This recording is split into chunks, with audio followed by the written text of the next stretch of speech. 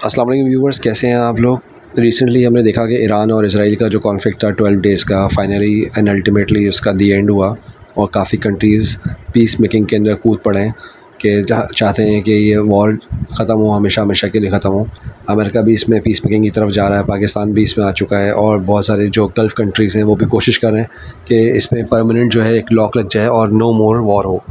ठीक है, तो वॉर क्यों नहीं होनी चाहिए, जंग क्यों नहीं होनी चाहिए? क्योंकि जंग के जो आफ्टर इफ़ेक्ट्स होते हैं, अब फॉर एग्ज़ाम्पल अब तो न्यूक्लियर का ज़माना है, हर कंट्री जो है कोशिश कर रहा है कि न्यूक्लियर वेपन्स बना सके, और अगर वो उसने फेंक दिया एक दूसरे के ऊपर तो उसके जो रेडिएशंस के जो इफ़ेक्ट्स हैं वो सिर्फ जंग ख़त्म होने के बाद ख़त्म नहीं हो जाएंगे,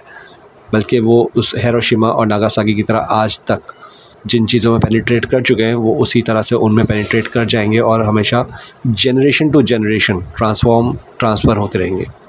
जेनेटिकली जो है ये रेडिएशंस जो हैं इसके इफ़ेक्ट्स होते हैं। दरख्त तो दोबारा बनाए जा सकेंगे, बिल्डिंग्स दोबारा खड़ी कर दी जाएंगी, लेकिन जंग जो है जब होती है और स्पेशली जब रेडिएशन वॉर हो तो ये चीज़ देखने के बाद जो है हर कंट्री चाहता है कि जंग ना हो। इसके अलावा जो वॉर मॉन्गर्स हैं, वॉर मॉन्गर्स यही देखते हैं कि हमने असलहा बनाया है, ठीक है, हमने वॉर मशीन्स जो हैं वो बनाई हैं, उसकी मैन्युफैक्चरिंग की है, अब उसको बेचना भी है। तो वो बेचने के लिए वो कंट्रीज़ को ढूंढते हैं और उन कंट्रीज़ को देखते हैं कि जो कि एक दूसरे से लड़ रहे होते हैं, जिनकी आपस में दुश्मनियाँ चल रही होती हैं। For example Ukraine Russia, for example India Pakistan, for instance recent Iran और इजराइल, ठीक है, या फिर सऊदी अरब एंड यमन। तो इस तरह की जो कंट्रीज़ हैं जो कि लड़ रही हैं आपस में काफ़ी टाइम से, एक दूसरे के साथ जो है चाको गिरबां कर रही हैं एक दूसरे के, तो उनके दरमियान जाकर ये एज़ आ मीडिएटर बनने की कोशिश भी कर रहा होता है बाद में, लेकिन पहले ये वेपन्स बेच चुका होता है, पहले ये डील करवा चुका होता है, दिखा चुका होता है कि देखो ये तुम्हारा दुश्मन है, वो तुम्हारा दुश्मन है, और फिर अपनी अमेरिकन बेसिस भी बनाता है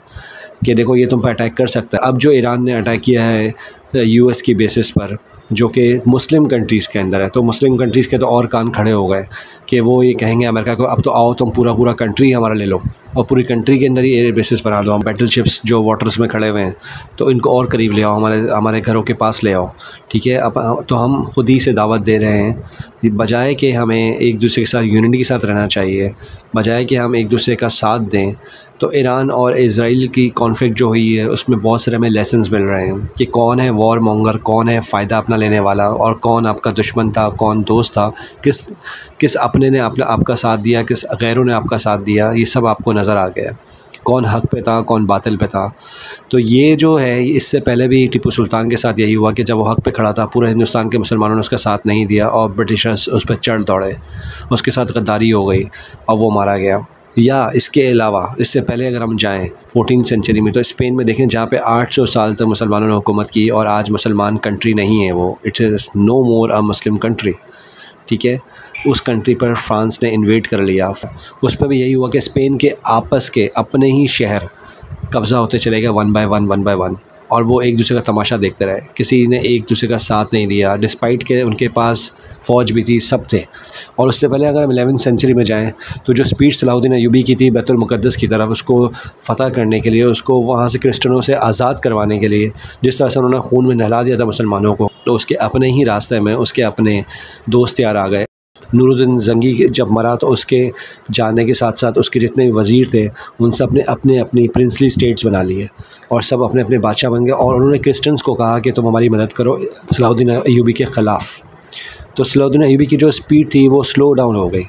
जो उसको लड़ना था क्रिश्चियन से जाकर वो अपने ही मुसलमानों से पहले लड़ने लगा और उनसे लड़ते लड़ते फ़ाइनली वो वहाँ में पहुँचा बैतुल मुक़द्दस और उसको फ़तह किया।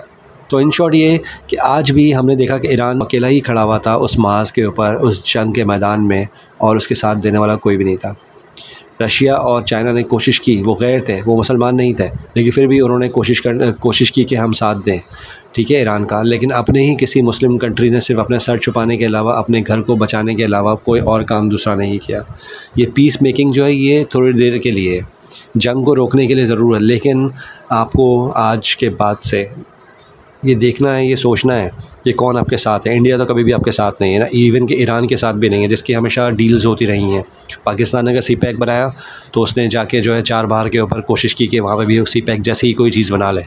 कोई बेल्ट रोड बना ले, लेकिन उसने कोई ऐसा काम नहीं किया। सिर्फ पाकिस्तान को देखकर उसने जो है उस जेलसी में आके, क्योंकि वो प्रो इजरायली है और प्रो अमेरिकन है, वो आज उसने साबित कर दिया। और अपनी रिसेंट वॉर जो पाकिस्तान के साथ हुई थी लास्ट मंथ, उसके अंदर भी उसने जो है उसने बता दिया कि किसके बलबूते पे वो खड़ा हुआ, रफ़ाले के। उस रफ़ाले को जिसने उसको खुदा मान लिया, जिसके नीचे लेमन्स रख दिए या नारियल फोड़े, उसने को देवता मान के जो है वो उसको हवा में उड़ा दिया कि ये